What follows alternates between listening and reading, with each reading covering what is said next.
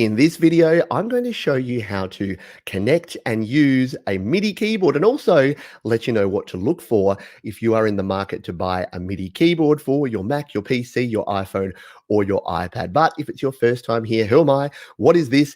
This is Studio Live today. My name is Pete, and this is my channel where I help you create, record, and release your best music. And if you've been doing that for any length of time, using a virtual keyboard, using your typing keyboard, using loops and other things in your songs, you may have thought to yourself, hey, is there a way that I can actually connect a real keyboard into my device to record with? Well, yes, you can. And that's what MIDI keyboards are all about. And in this one, I'm going to show you this one. It's my new MIDI keyboard from M-Audio, the M-Audio Keystation 49 Mark III. It is one that I've been recommending for a while, but here's the thing.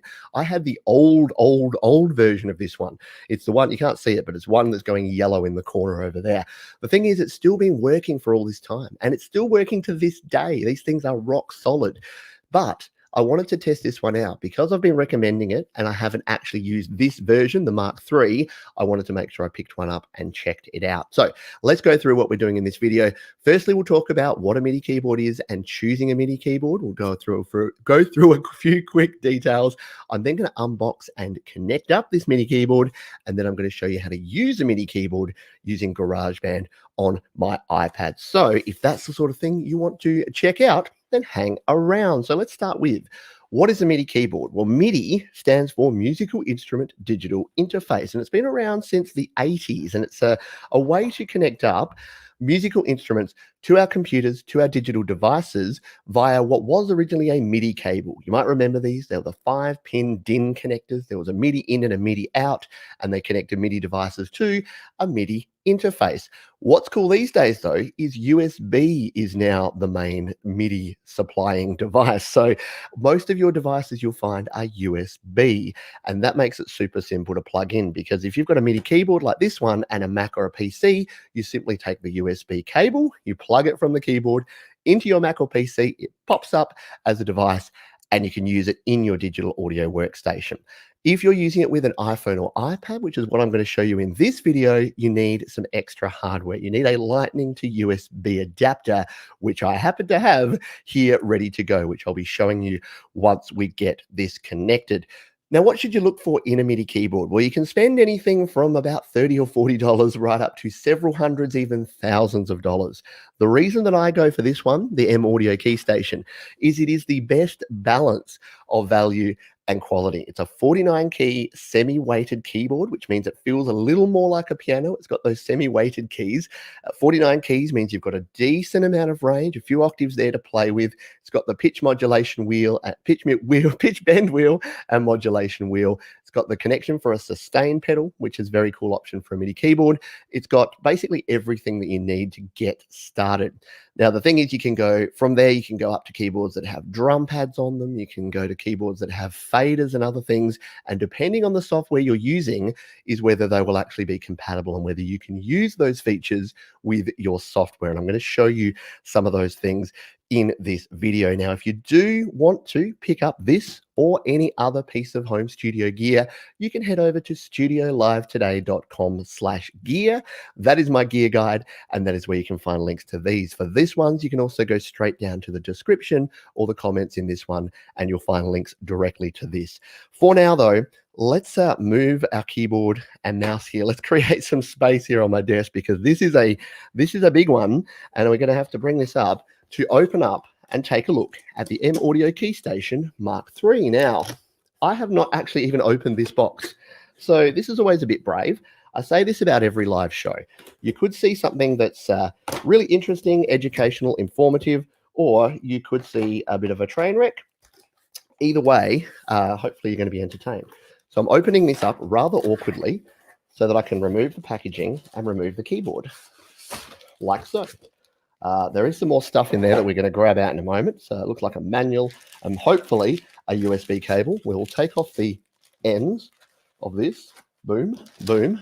And here it is in all its glory. That's the M-Audio Keystation 49, looking slick, doing its thing. It's got the nice tape over there so that the keys haven't been damaged in shipping, we hope. And we'll get this out here and get going. Slide the plastic off there, and we can now bring it around and place it here on our desk. However, you're not going to be able to see that, are you? But you might notice this little camera over my shoulder here, and I've brought in camera 2, my cameraman here, which is my tripod, and my iPhone XS. Let's jump over and bring camera 2 in, and now we can actually see, move that keyboard a little bit further away, we can see our keyboard here, and you can get a bit of a look at the setup so that I can show you how we can actually connect this up to our iPad. I've got my iPad here running GarageBand, powered USB hub, lightning to USB adapter, and we'll show you all of these. Now I need to get this sticky tape off. This blue tape. This is going to be, there's no way to do this except to make this noise. I'm sorry, that's probably sounding terrible. And oh yeah, there we go. You can feel that. Yeah, they're feeling good. I know you can't feel these, but imagine that you got just enough pressure there to give you a little bit more feel. This is the semi-weighted keyboard. Now you can get fully weighted. In fact, I think the 88 key version of this one actually is fully weighted. The 61 and the 49 are semi-weighted. The 25 key, by the way, you can buy a budget version of this with 25 keys. That's little fella. That one has non-weighted keys. We've got down here, we've got the pitch bend wheel, the modulation wheel. Oh, these feel nice. These are rubberized, so they feel nice. The modulation actually stays in place because you turn your modulation on and off. Pitch bend is spring loaded. So that's where we'll show this in a minute, where you hit a note and it goes. We've got volume control here for turning volume up and down here. The octave up and down that we need there, an advanced mode here, and we've even got some transport controls and a cursor here for some software that's going to support that. A bunch of other different options across the top here as well. You can see often by hitting the advanced key and hitting some of these, we can actually do some different things, again, depending on the software that you have. We're going to be using it in GarageBand. So this is a very simple bit of software, and it's not going to support every single one of the options that we have here, but we'll show you how that works. Let's grab the rest of the stuff here. I'm assuming, let's hope, does it come with a cable? I don't think it's, oh yes, it does. Phew. Not that it would matter. I do have plenty of cables, but yeah, I wanted to make sure I could plug it straight in. So we've got this big thing, stop, don't discard, software download. This does come with a bunch of software. I won't be exploring that, but I'll let you know a little bit about what it does come with here. In fact, I'll look on the box because that's going to give us a better indication. And you can take a look too. So the included software at the top here, we've got Pro Tools first, M-Audio Edition, Ableton Live Lite. We've got a Mini Grand there. We've got Velvet, and we've got Expand. Now, I think a lot of that stuff is actually for your PC or your Mac. I don't think there's a lot of iOS stuff that comes with this, but that's okay. We're going to plug into GarageBand anyway and take a little look-see. So we'll move that off to the side. We'll grab our cable because this is how we're going to connect it, and we'll show you how simple it can be to connect up our device here. Firstly, why don't we try without the USB hub? So we've got our powered USB hub here, but I'm going to go around the USB hub just to see if it's going to work, because you do need to consider what power is going to be required for this. And a lot of keyboards won't have enough power provided directly from the iPad or the iPhone to actually power up. Let's see if this one is the case. So what we need to do is plug in to our Lightning to USB 3 adapter. Once again, if you don't have one of these, head over to studiolivetoday.com/gear. They're a pretty essential piece of kit for your mobile recording and to plug things in to other things. Let's find at the back here, you can see there is our plug-in. And at the back here, we have the power switch. We have a sustain port there. I'll move my hand. Sustain port, MIDI input, and the good old Kensington lock that all of our devices have. So we just need to plug the standard A to B USB cable in that side, and then we clunkily put it down like this. Let's see if this is going to power on without any additional power. Oh, it has. So it has actually powered on and plugged it directly in here. We may need nothing else. We may not need any other power because it looks like it's actually powered up here, which both myself and M-Audio are very happy about, that this live test straight out of the box seems to have worked at least a little bit so far. Let's now come in here to GarageBand. I'm going to go out of my track here and I'm going to open a new track. I'm going to go create song, and let's go to our keyboard, and drum roll, please. Yes, we have liftoff. And yes, I know you can't see the entire keyboard because of the size of the screen here, but we can start playing. Let's just switch over here to our classical grand piano so that we can get a feel for the sound and the feel we can get from this. So if we wanted to play...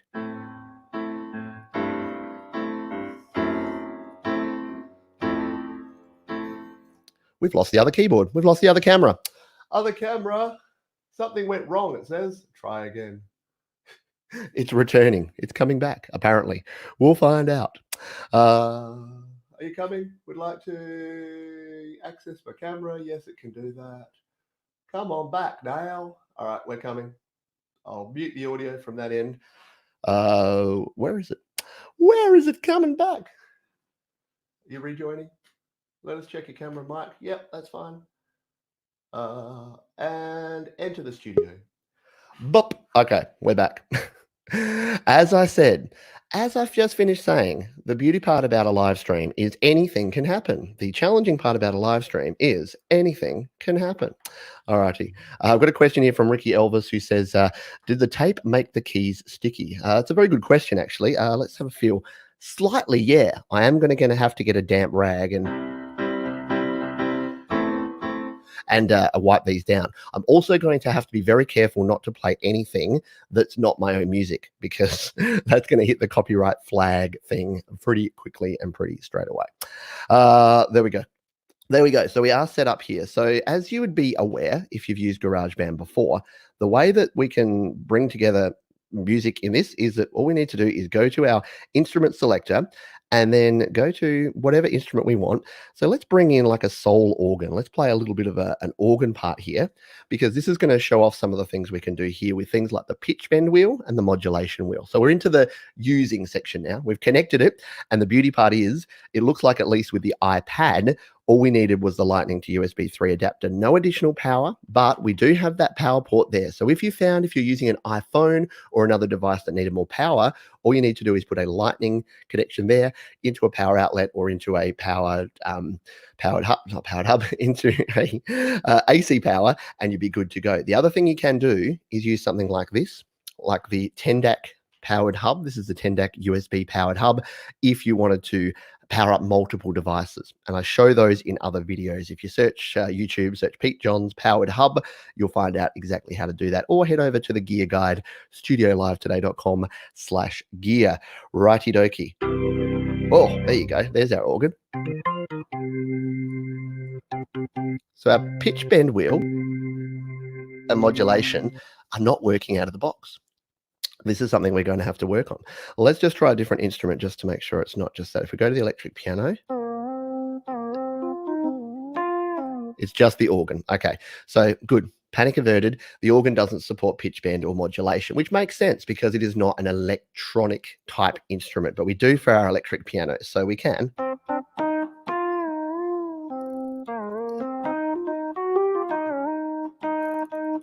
And it doesn't have much with your modulation wheel. Your modulation wheel will change different types of instruments. Let's go into, say, the Alchemy synth and play around with maybe a lead instrument here, airy synth lead perhaps.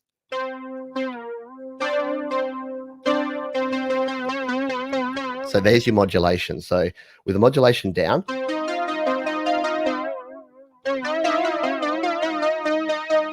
so you can hear there that it's changing. It's altering the sound from to, it's adding that modulation, and then you can change the pitch bend there. Now the other controls on here, the main one you'll use with your basic stuff is the octave. So because we've only got 1, 2, 3, 4 octaves on this, if you want to go lower than there, we tap that octave button again, way down here, and you can see the cool lighting system we have here, where you can kind of see what octave you're in. So if you're really high, it's going to be flashing. It's going to be flashing if you're high-ish, red, orange, quite high, green, and that's going to be the standard. So you know if you've got the 2 green lights, you're in the standard sort of area, and yeah, we can go further down from there. Let's play in a little part here using the synth lead here, since we have it here. If we hit record on there and we just go,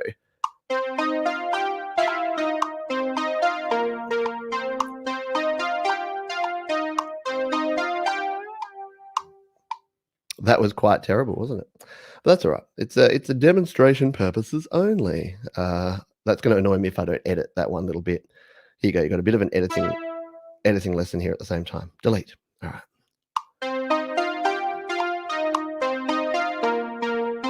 There you go. And this is why having a MIDI keyboard is kind of cool, because now what we can do is start layering up some sounds. So if we wanted to hit the plus button here and come in and add something different. So let's go back and add in, where were we back with our standard keyboards and our electric piano. Wanted to add in a Want to add in a sound like that, we can do this, hit record again, and we can just start layering up.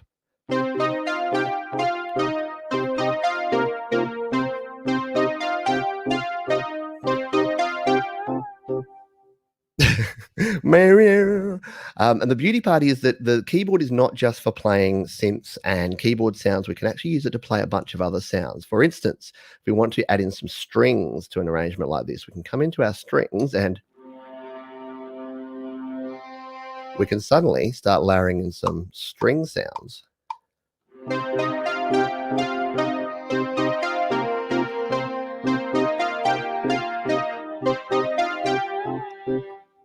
And it doesn't end there. We can use it for other things. What about some drums? Drums are probably my favorite thing to play.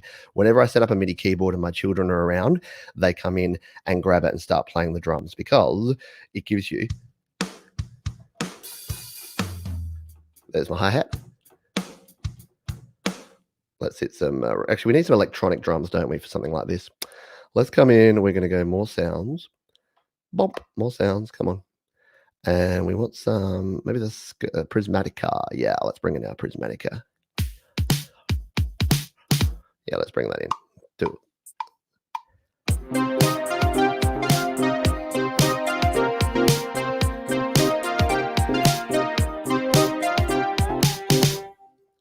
So it just makes it really simple. As opposed to using the touch screen, we've got now touch sensitive keys here. We've got the ability to play in what we want.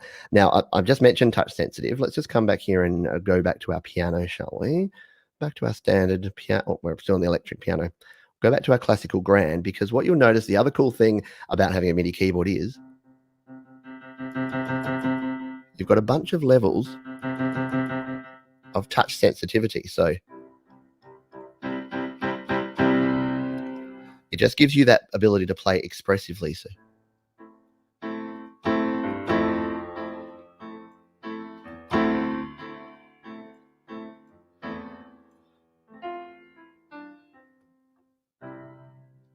you can get that real sort of feel that you want in the piece that you're playing. And because you've got the semi-weighted keys, it makes it even easier to get that piano kind of feel.